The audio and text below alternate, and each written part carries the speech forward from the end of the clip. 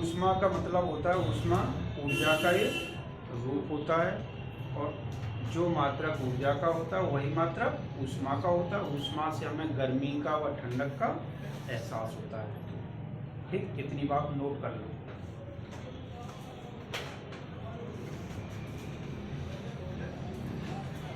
देखिए, ऊष्मा ऊर्जा का ही एक रूप होता है।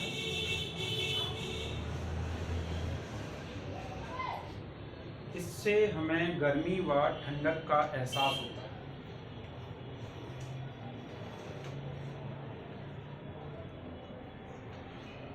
इससे हमें गर्मी व ठंडक का एहसास होता है।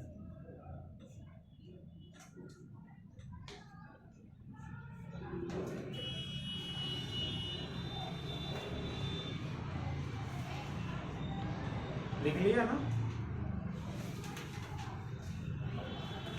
एक पॉइंट और लिख लीजिए, ऊष्मा का सामान्य मात्रक जूल होता है।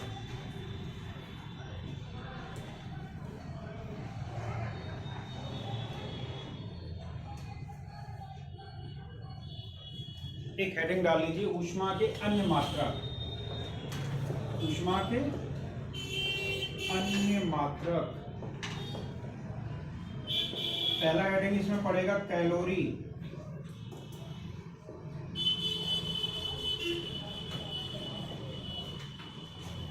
कैलोरी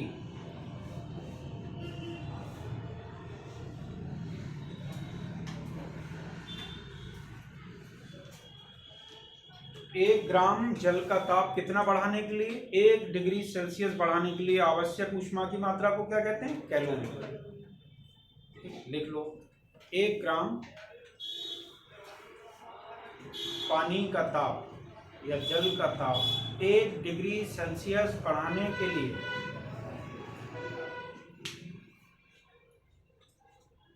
1 डिग्री सेल्सियस बढ़ाने के लिए आवश्यक ऊष्मा की मात्रा को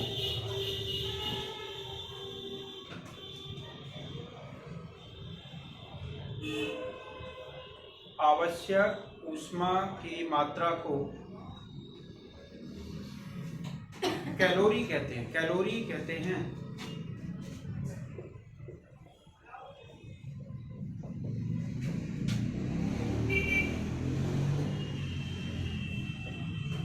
यदि प्रश्न पूछा जाता है कि 1 कैलोरी में कितने जूल होते हैं, तो 4.186 इतने जूल होते हैं। लिख लीजिए।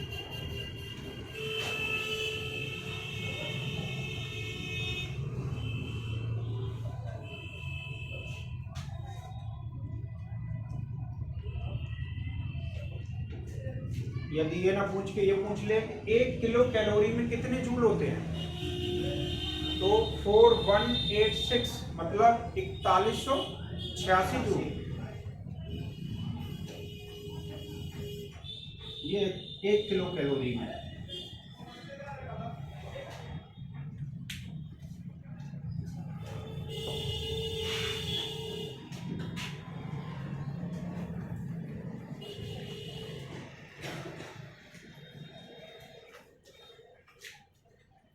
दूसरी हेडिंग डालिए, अंतर्राष्ट्रीय कैलोरी।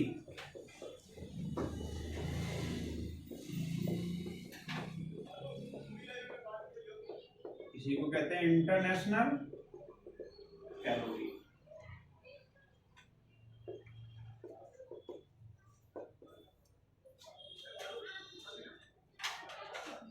अब कैलोरी और इंटरनेशनल अंतर्राष्ट्रीय कैलोरी दोनों में अंतर क्या है? बस थोड़ा सा अंतर है। वहां पर क्या था? 1 ग्राम क्या था? पानी का ताप। यहां पर क्या रहेगा? सुन लीजिए, 1 ग्राम शुद्ध जल का ताप। शुद्ध जल या शुद्ध पानी का ताप, यहां पर शुद्ध होना चाहिए। यहां पर भी 1 डिग्री सेल्सियस बढ़ाना है, लेकिन कहां से कहां तक बढ़ाना है? 14.5 डिग्री सेल्सियस से 15.5 डिग्री सेल्सियस तक। वहां पर शुरू से बढ़ रहा है। जैसे 1 डिग्री है पानी का ताप, 1 से कितना कर दो? 2, 2 से कितना कर दो? 3। लेकिन यहां पर कब बढ़ेगा? 1 ग्राम शुद्ध जल का ताप 14.5 डिग्री सेल्सियस से 15.5 डिग्री सेल्सियस तक बढ़ाने के लिए आवश्यक ऊष्मा की मात्रा को क्या कहते हैं? अंतर्राष्ट्रीय कैलोरी। इतने से इतना टेम्परेचर प्योर वाटर का जब बढ़ाते हैं तब जितनी ऊष्मा की रिक्वायरमेंट होगी तो उसको क्या कहेंगे आप? अंतर्राष्ट्रीय कैलोरी। नोट कर लीजिए इसको। ये क्वेश्चन आता है। देखिए, जब 1 ग्राम शुद्ध जल का ताप 1 ग्राम शुद्ध जल का ताप 1 डिग्री सेल्सियस, कोष्टक के अंदर क्या लिखेंगे? कोष्टक के अंदर 1 डिग्री सेल्सियस कितने से कितना? 14.5 से 15.5 डिग्री सेल्सियस तक। ये ब्रैकेट के अंदर लिखना है। बढ़ाने के लिए ब्रैकेट क्लोज करके बढ़ाने के लिए आवश्यक ऊष्मा की मात्रा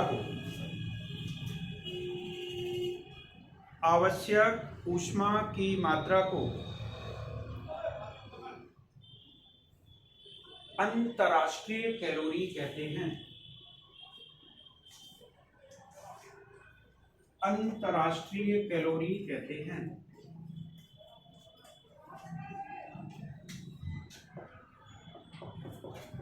एक हेडिंग डालेंगे। तीसरा पॉइंट, ब्रिटिश थर्मल यूनिट।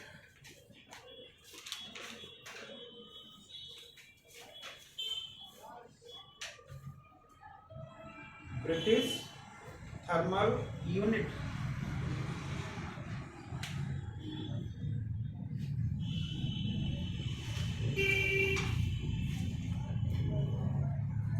इसको भी सुन लीजिए।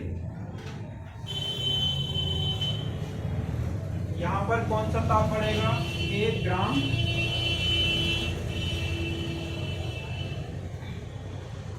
नहीं, यहां पर क्या होगा? 1 पौंड जल का ताप। कितना बढ़ाने के लिए? 1 degree Fahrenheit.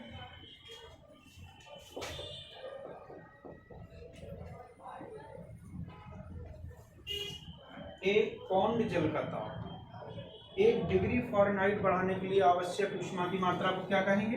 British thermal unit. यहाँ पर पौंड है। अगर ये क्वेश्चन आ जाए कि 1 पौंड में कितने ग्राम होते हैं, then your answer should be कितने ग्राम? बता चुके ना ऑलरेडी, कई बार बताया है। 1 किलोग्राम में जो है 2.2 पौंड होते हैं। कितने पौंड होते हैं? तो अगर एग्जैक्ट बात करी जाए तो 453 ग्राम होते हैं। किसमें? 1 पौंड। 1 किलोग्राम में कितने पौंड बता रहा है? 2.2 पाउंड। समझ गए? 1 पौंड जल का ताप कितना बढ़ाना है? 1 डिग्री फ़ारेनहाइट। लिख लो, नोट करो। 1 पौंड जल का ताप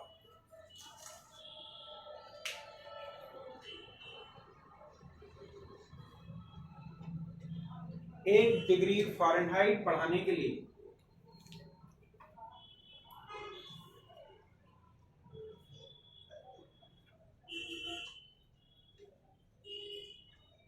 आवश्यक ऊष्मा की मात्रा को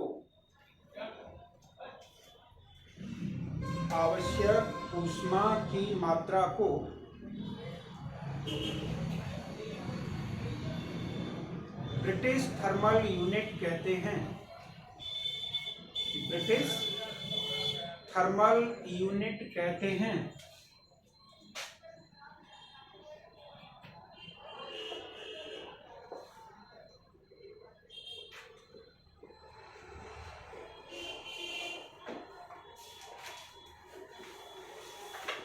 एक ब्रिटिश थर्मल यूनिट में कितनी कैलोरी? 252 कैलोरी होते हैं। ये भी नोट करो। एक ब्रिटिश थर्मल यूनिट में 252 कैलोरी होते हैं।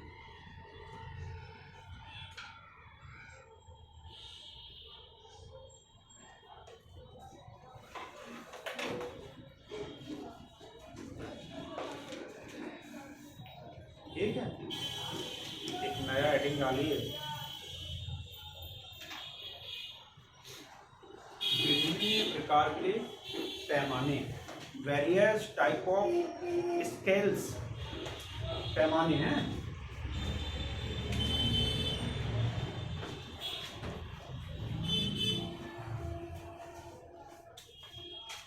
कितने तरीके के पैरामीटर्स होते हैं, पैमाने जो टेम्परेचर को मापने के लिए यूज होते हैं? टोटल 4 हैं। जितने इंपॉर्टेंट है वो कितने हैं? 3। कौन कौन? पहला है डिग्री सेल्सियस पैमाना, ठीक है ना, डिग्री सेल्सियस पैमाना। दूसरा कौन सा है? फ़ारेनहाइट पैमाना, ठीक। तीसरा कौन सा है? केल्विन पैमाना। चौथा कौन सा है? रोमर पैमाना। पहला हेडिंग डाल लीजिए।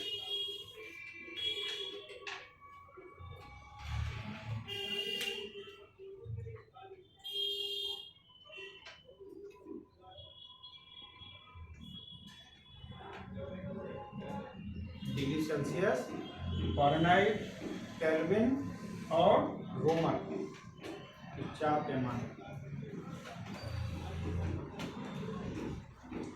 अब प्रत्येक पैमाने से 4 प्रश्न बनते हैं। कुल मिला के यहाँ से परीक्षा में 16 तरीके के प्रश्न बनेंगे।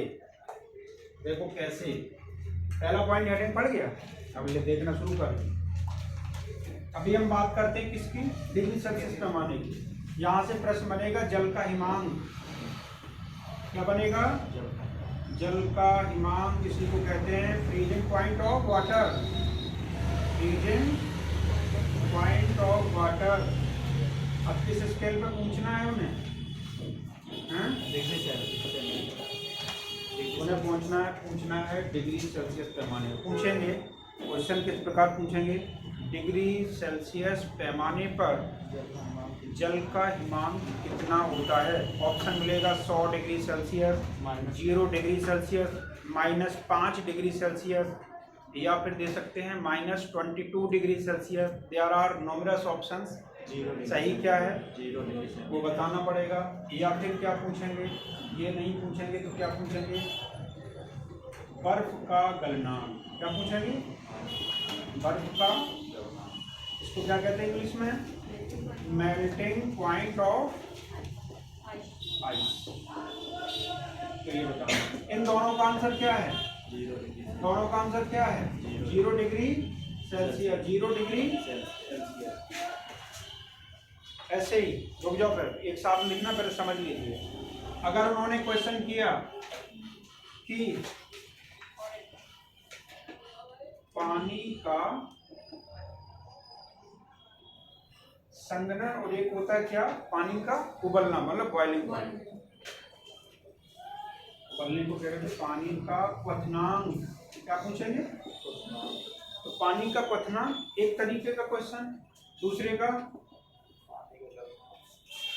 वाष्प का संघनन। क्वथनांक को कहते हैं क्या? Boiling point of water.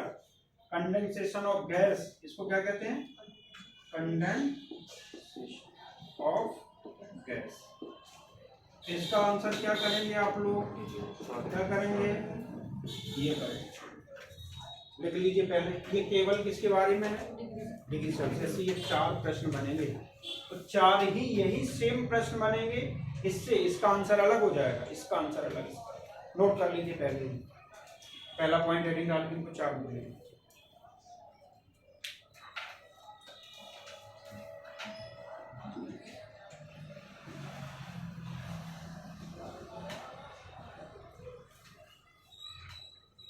ज्यों का त्यों लिखना है, कोई परिवर्तन नहीं, जैसा लिखा पहले वाले में।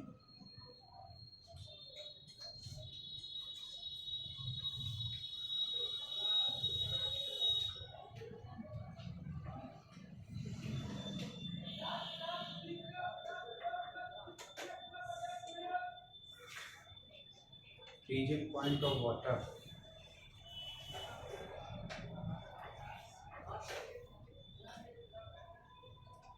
इसका मतलब ये है, सरल भाषा में पूछ सकते हैं, पानी को जमने के लिए कितने तापमान की जरूरत होती है? सेल्सियस पैमाने में कितने तापमान की जरूरत होती है? तो 0 डिग्री सेल्सियस। दूसरे पैमाने में पूछे तो आंसर अलग हो जाएगा। केल्विन पैमाने पर कितनी, फारेनहाइट पैमाने पर कितनी, अलग अलग क्वेश्चन। ये चारों को लिख जाए तो बता देना। इसके बाद दूसरा पॉइंट हेडिंग डाल लेना अगर ये लिख जाओ।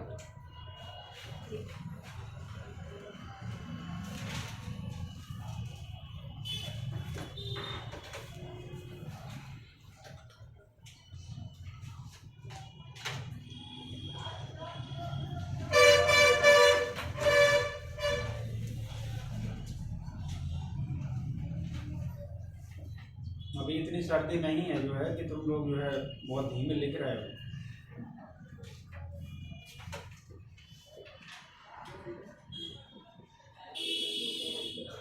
हमारा जो नेचर है हम उसी के अकॉर्डिंग काम करेंगे, हमें फर्क नहीं पड़ता परिस्थितियाँ क्या है।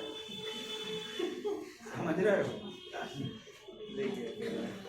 क्यों गलत नहीं बोल रहे? ये वाला हेडिंग डालो, फारेनहाइट पैमाना।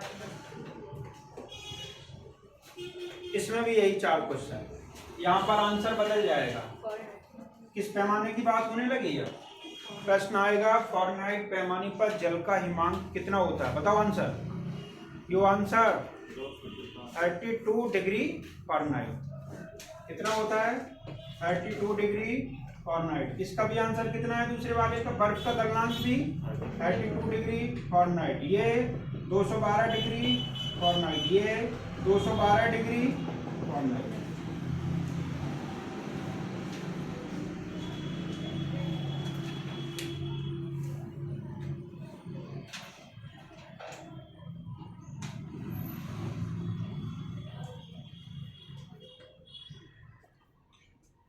एक्चुअल में ये होता है ना कि आप लोग तो हमें जानते हो अच्छे से पहले से। कोई नया वीडियो देखेगा तो कहेगा सर जो है नहीं आई समझ कि सर कुछ जो है अलग टाइप के लग रहे हैं, इसलिए हम अपने प्राकृतिक उसमें नहीं रह पाते। तुम तो जानते हो कि सर पढ़ाते भी जम के और बाकी के काम भी जम के करते हैं।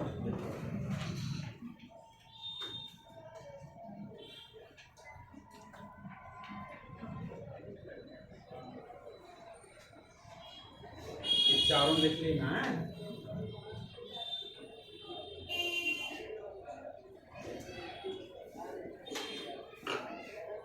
सेल्सियस पैमाने को कितने बराबर भागों में बांटा गया है?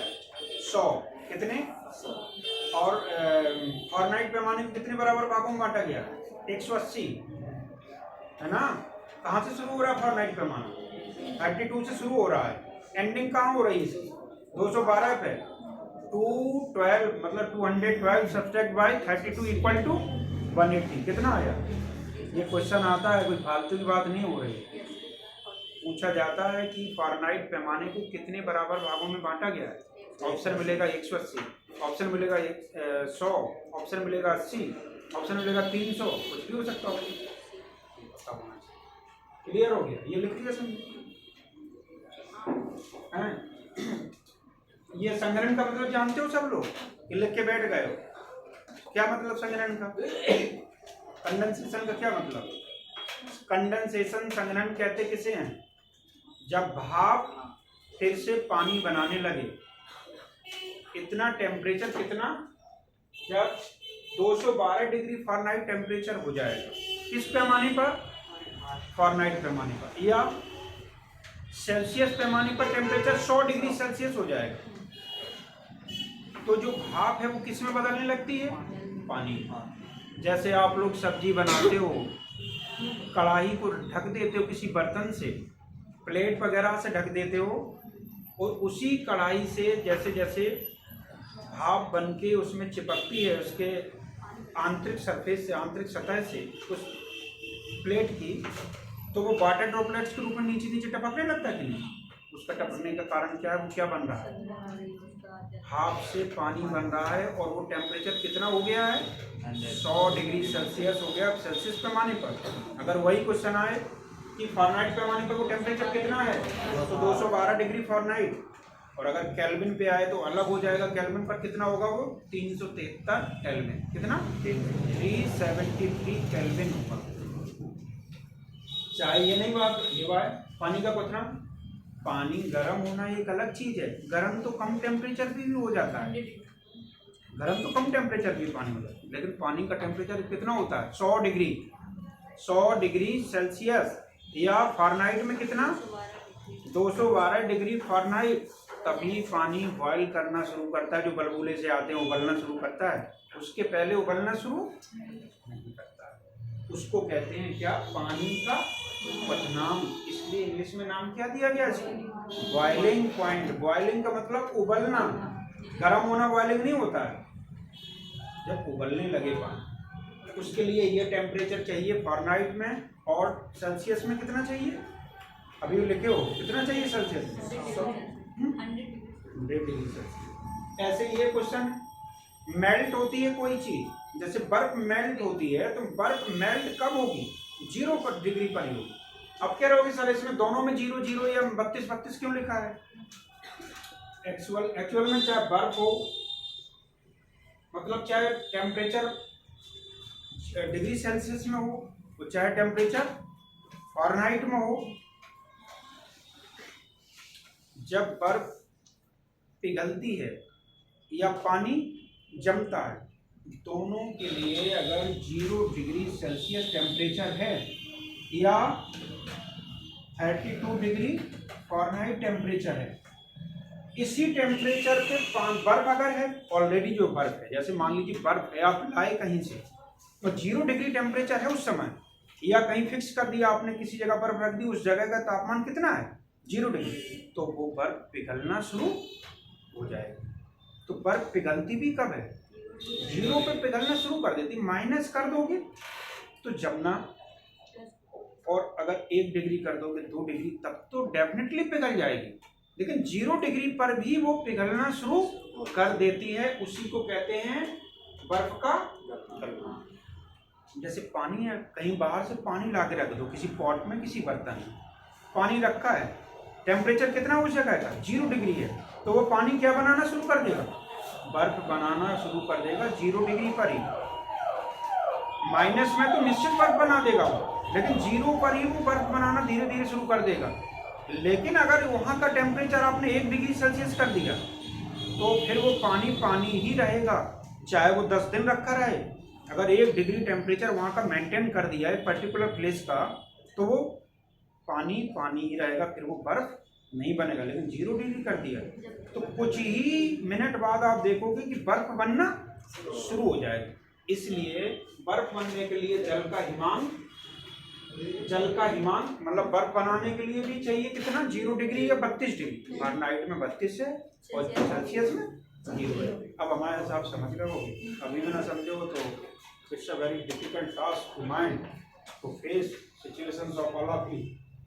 लिखो आगे, ये हो गया, ये वाली हेडिंग डाली केल्विन पैमाना, देखो केल्विन पैमाना, केल्विन स्केल।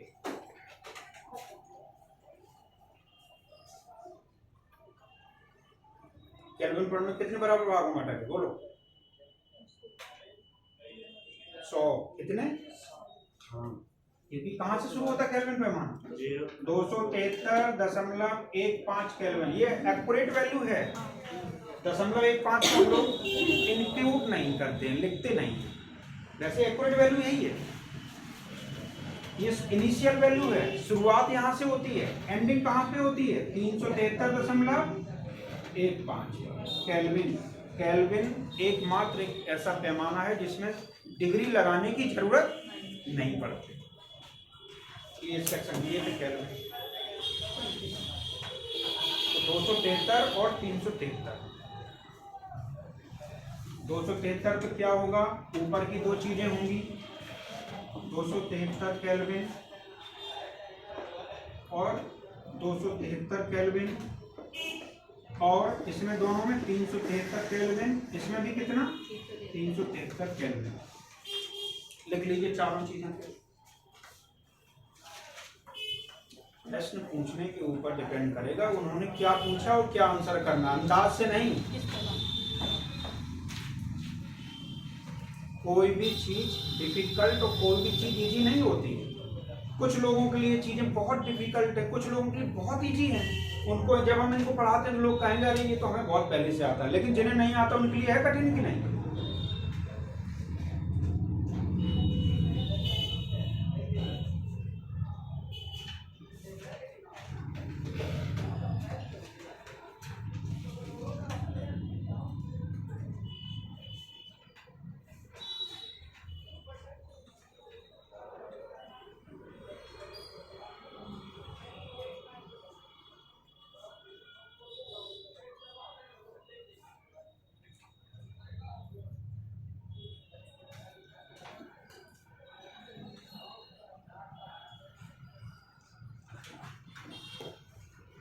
लिख लिया लास्ट वाला पॉइंट हटेंगे। रोमर पैमाना, इसकी शुरुआत कहाँ से होगी 0 डिग्री रोमर से, एंडिंग कहाँ पर होगी 80 डिग्री रोमर पर। इसका मतलब यदि प्रश्न आता है एग्जाम में रोमर पैमाने को कितने बराबर भागों में बांटा गया है, Romer scale is distributed in how many equal parts, then your answer should be 80, 100, 180। क्या आंसर करोगे 80। देखो देखो कहाँ से शुरुआत है इसकी, दो ऊपर के दो पर वैल्यू क्या लिखेंगे हम 0 डिग्री रोमर, 0 डिग्री रोमर। यहाँ क्या लिखेंगे 80 डिग्री रोमर, यहाँ भी क्या लिखेंगे 80 डिग्री रोमर। लिख लो।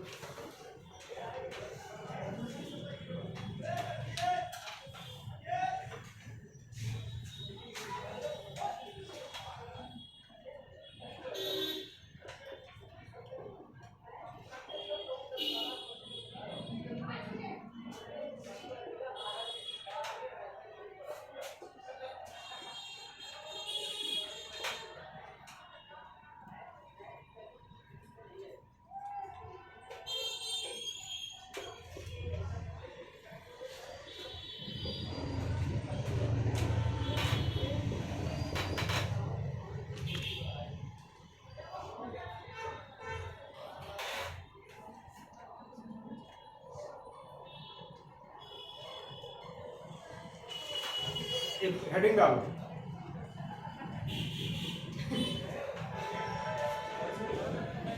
एक हेडिंग डालो तापमान को, हेडिंग डालो तापमान को डिग्री सेल्सियस से फ़ारेनहाइट में बदलने का सूत्र। तापमान को डिग्री सेल्सियस से फ़ारेनहाइट में बदलने का सूत्र।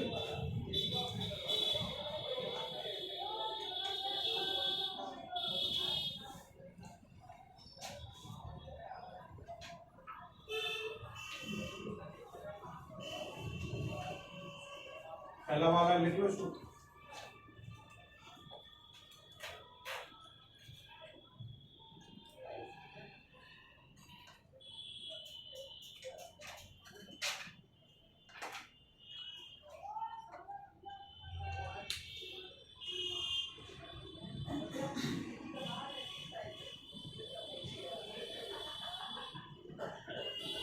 पहला लिखना है, पहला वाला बोला है।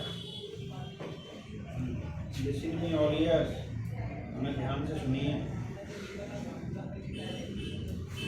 ऑल ईयर्स का मतलब ये नहीं कहा जाता 2 ईयर्स। जितने कान हैं बहुत सभी से सुनिए ध्यान से।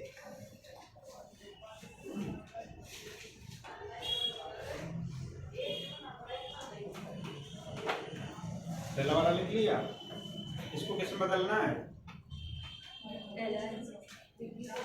जैसे एग्जाम में क्वेश्चन आता है, सुन तो लो, एग्जाम में पूछ लिया जाता है कि 40 डिग्री सेल्सियस को फ़ारेनहाइट में बदलिए, या ये पूछेंगे या फिर ऐसे पूछेंगे 40 डिग्री सेल्सियस में कितने फ़ारेनहाइट होते हैं, निकालो सूत्र लगा। इसलिए तो लिखा है, काहे के लिए लिखा है, क्वेश्चन पूछा जाएगा। कहाँ क्या रखोगे हम तुम्हारी स्कूल देखेंगे होशियार। एक दूसरे का देखोगे सबका गलत हो जाएगा, ये समझ लो।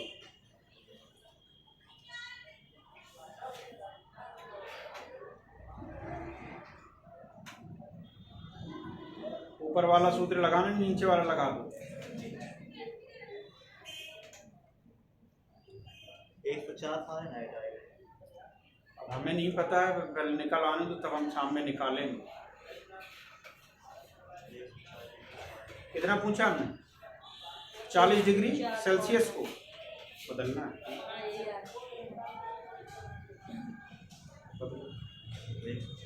देखो जो नहीं बदल पा रहा वो यहाँ देखो, आपका क्या है अभी पीछे वाले तीनों लोगों, तुम बताओ सबसे पीछे।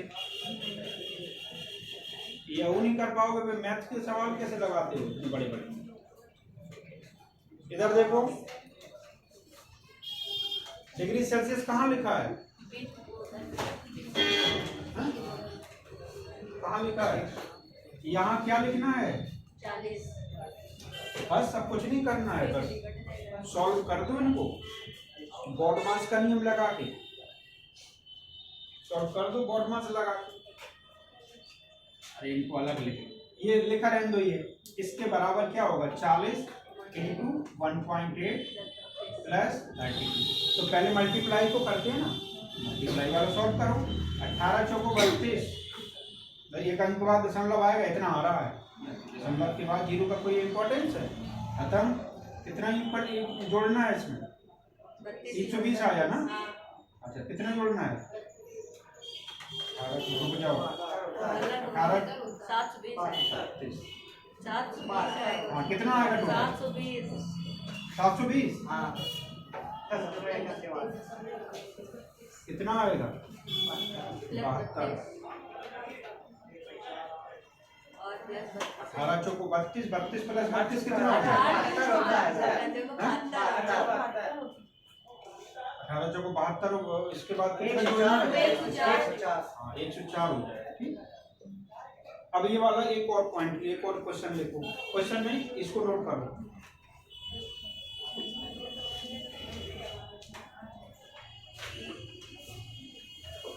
लिखिए फ़ारेनहाइट पैमाने या फ़ारेनहाइट को सेल्सियस में बदलने का सूत्र।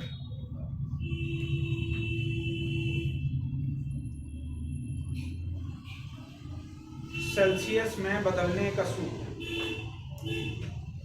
इसको लिख लो।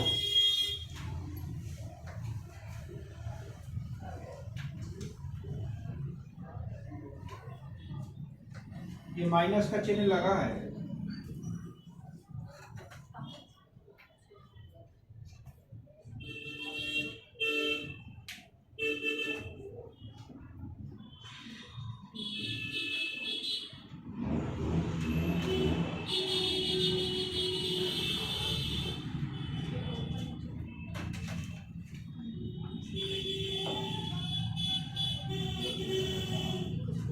कर लो इसको। ये तुम्हारा ज्यादा ऊपर है, नीचे करो, दबाओ इसको, पीछे दिक्कत हो रही है।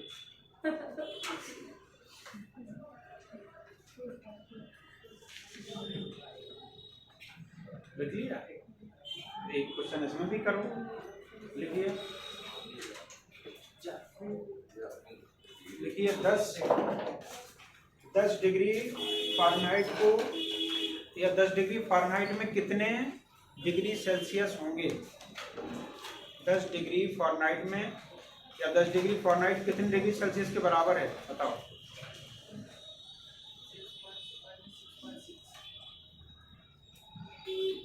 माइनस में आ रहा, प्लस में, सबका बताना सही से।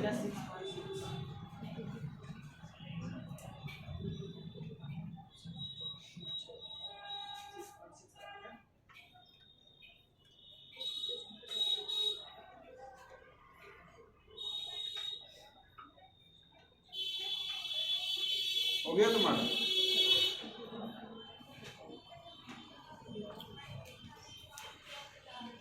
कितना आया? माइनस माइनस में है ना 12.। हाँ जो आएगा वो आएगा, 9 से डिवाइड करना है। देखो 22 इंटू 5/9 करना है। अब इसको कर दो, जो भी आ जाए वो आ जाए। ये करना सॉल्व।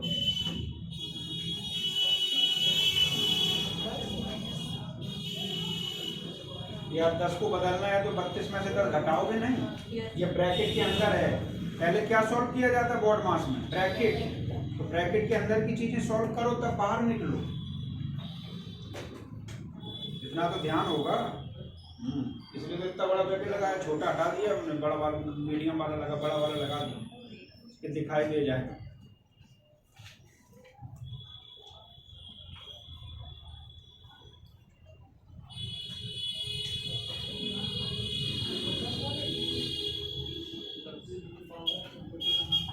एक हेडिंग डालिए, ये लिख लिया परम शून्यता।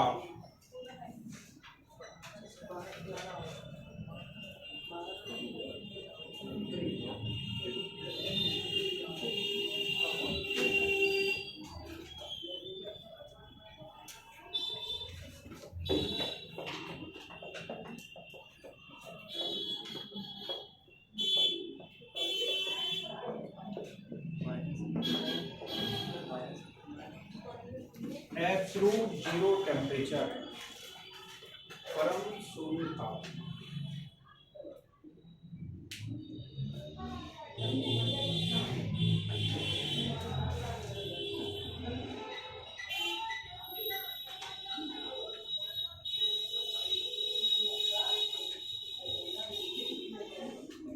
लिख लिया? इसको भी सुन लीजिए क्या होता है परम शून्यता। तो इसमें बताया गया है कि अधिकतम तापमान कितना हो सकता है, इसकी कोई सीमा नहीं होती। There is no limit of maximum temperature but there is a certain limit of minimum temperature, this called absolute zero temperature. अधिकतम तापमान कितना हो सकता है, इसकी कोई सीमा नहीं। देखो सूर्य का तापमान कितना होता है? 600 डिग्री सेल्सियस के आसपास होता है, किनारे होता है। कितना हो सकता है, लेकिन न्यूनतम तापमान की एक लिमिट है, उससे डाउन नहीं जा सकता न्यूनतम तापमान। वो लिमिट क्या है? उसी लिमिट को कहते हैं क्या? वो लिमिट है क्या? -273 डिग्री सेल्सियस। कभी आपने सुना है, कभी आज तक के रिकॉर्ड में कभी आज तक सुना है कि इससे नीचे तापमान सुना है कभी? -400 डिग्री सेल्सियस सुना है कभी? तब आएगा होता ही। तो न्यूनतम तापमान कितना हो सकता है? कितना? ये किस पैमाने पर है? Degree centigrade. डिग्री सेल्सियस पर। अगर यही पूछ ले फ़ारेनहाइट पैमाने पर परम शून्यता कितना होता है तो -459 × 4 डिग्री फ़ारेनहाइट। अगर यही पूछ ले केल्विन पैमाने पर कितना होता है तो 0 केल्विन। कितना? ओके 0 केल्विन कैसे लिखो? ओके 0 होता है ना? क्यों होता है 0? अगर ये भाई 273 -273 हो जाएगा तो कितना आ जाएगा? 0 केल्विन में 0 केल्विन लिख लो। अधिकतम तापमान कितना हो सकता है? Right on. अधिकतम तापमान कितना हो सकता है?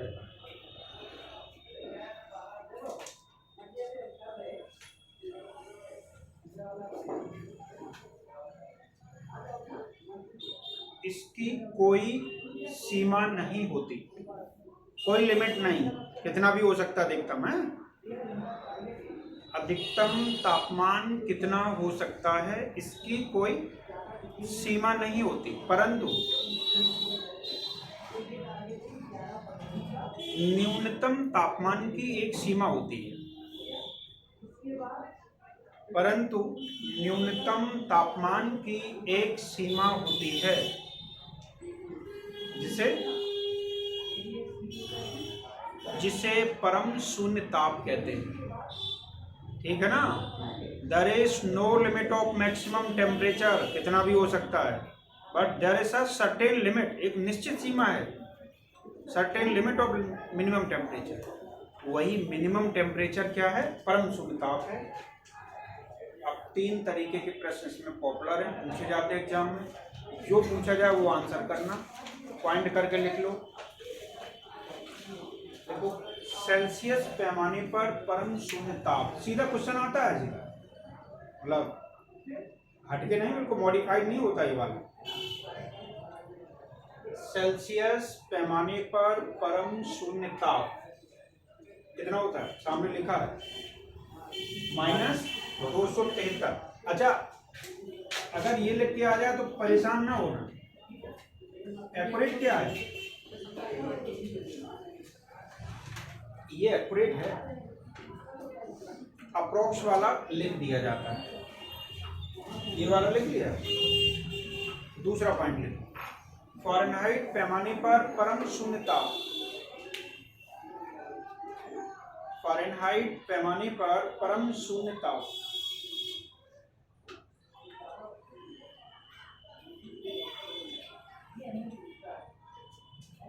कितना है? -400। हाँ लिख लो, -459.4 दशमलव लगा है डिग्री फ़ारेनहाइट।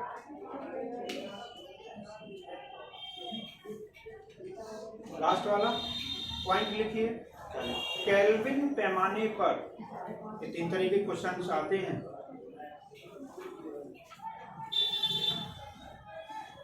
केल्विन पैमाने पर परम शून्य ताप कितना है? ओके, मतलब 0 केल्विन।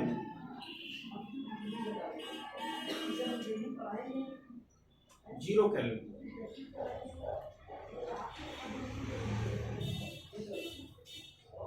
क्लियर? एक और हेडिंग डालो,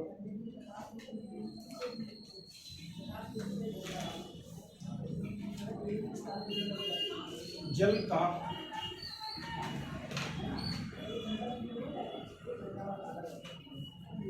इसके बाद क्लास किसकी है?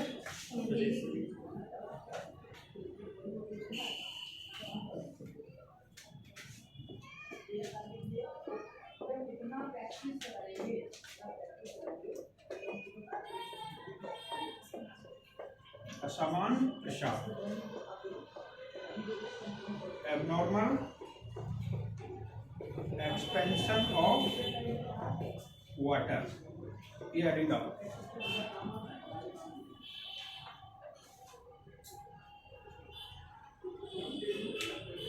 जल का असामान्य प्रसार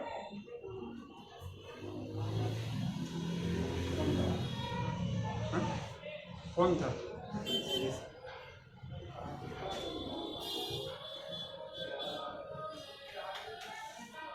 इसकी वजह कुछ बोले नहीं,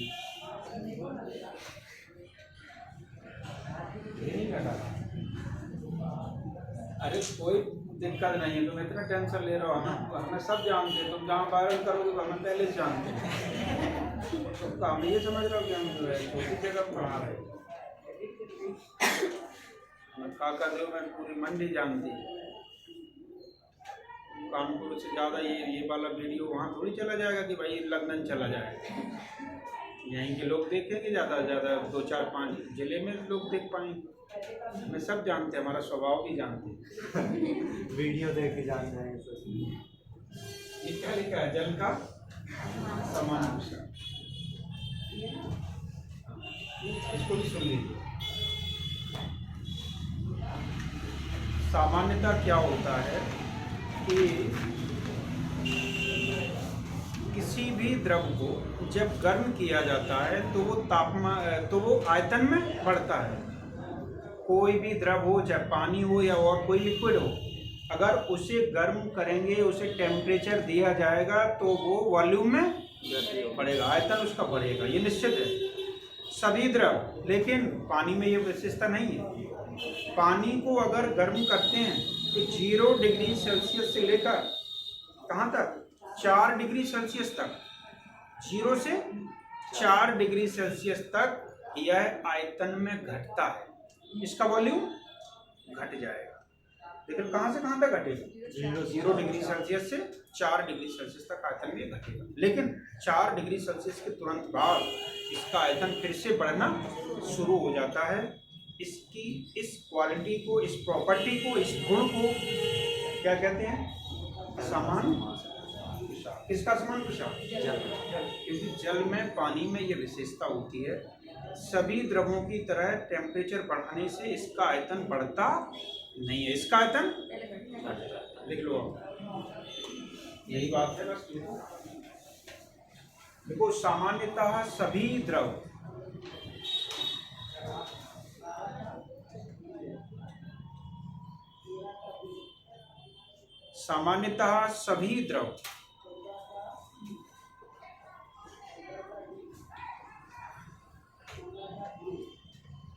गर्म करने पर कोष्टक में क्या लिखेंगे? तापमान बढ़ाने पर। बात ये होती है, प्रश्न अगर तापमान बढ़ाना आ जाए तो कोई कॉपन ना कर पाओ, क्योंकि अभी हमने ये नहीं बोल दिया गर्म करने पर। तो दोनों तरीके से लिखो। गर्म करने पर ब्रैकेट में क्या लिखना है? तापमान बढ़ा देने पर आयतन में बढ़ते हैं। सामान्यतः सभी द्रव गर्म करने पर आयतन में बढ़ते हैं, परंतु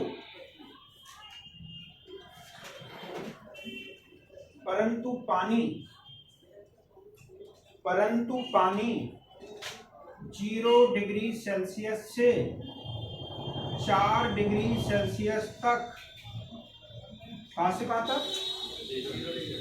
लिख लो, 0 डिग्री सेल्सियस से 4 डिग्री सेल्सियस तक तापमान बढ़ने से आयतन में कम हो जाता है, या आयतन इसका घट जाता है। 0 डिग्री सेल्सियस से 4 डिग्री सेल्सियस तक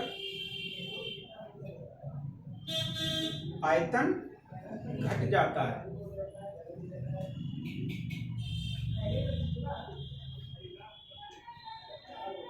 आयतन इसका कम हो जाता है। जबकि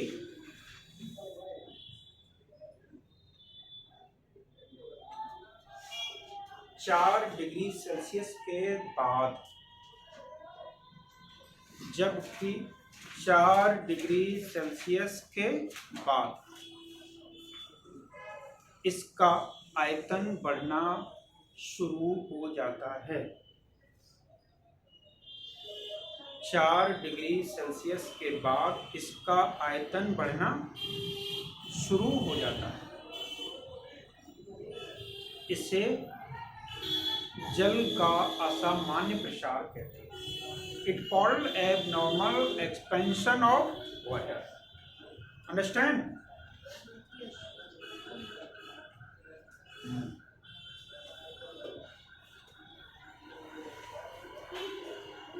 एक पॉइंट लिख लो नोट करके। I think you know well. अगर यही प्रश्न आ जाए कि घनत्व, पानी का घनत्व सबसे कम या पानी का घनत्व सबसे अधिक किस तापमान बिंदु पर होता है? तो 4 डिग्री सेल्सियस पर पानी का घनत्व सबसे अधिक होता है। कब?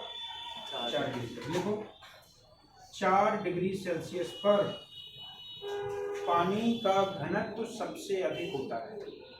ठीक है ना? Density of water is maximum at 4 degree Celsius temperature. 4 degree Celsius पर पानी का घनत्व अधिकतम होता है, सबसे ज्यादा होता है। और जबकि आयतन कैसा होता है? सबसे कम। 4 डिग्री सेल्सियस पर आयतन कैसा रहेगा? सबसे कम। और 4 डिग्री सेल्सियस पर घनत्व कैसा रहेगा? सबसे ज्यादा। ये दोनों चीजें याद रखना, ये पूछी जाती है। सुजीत सर की क्लास है, आ गए ना?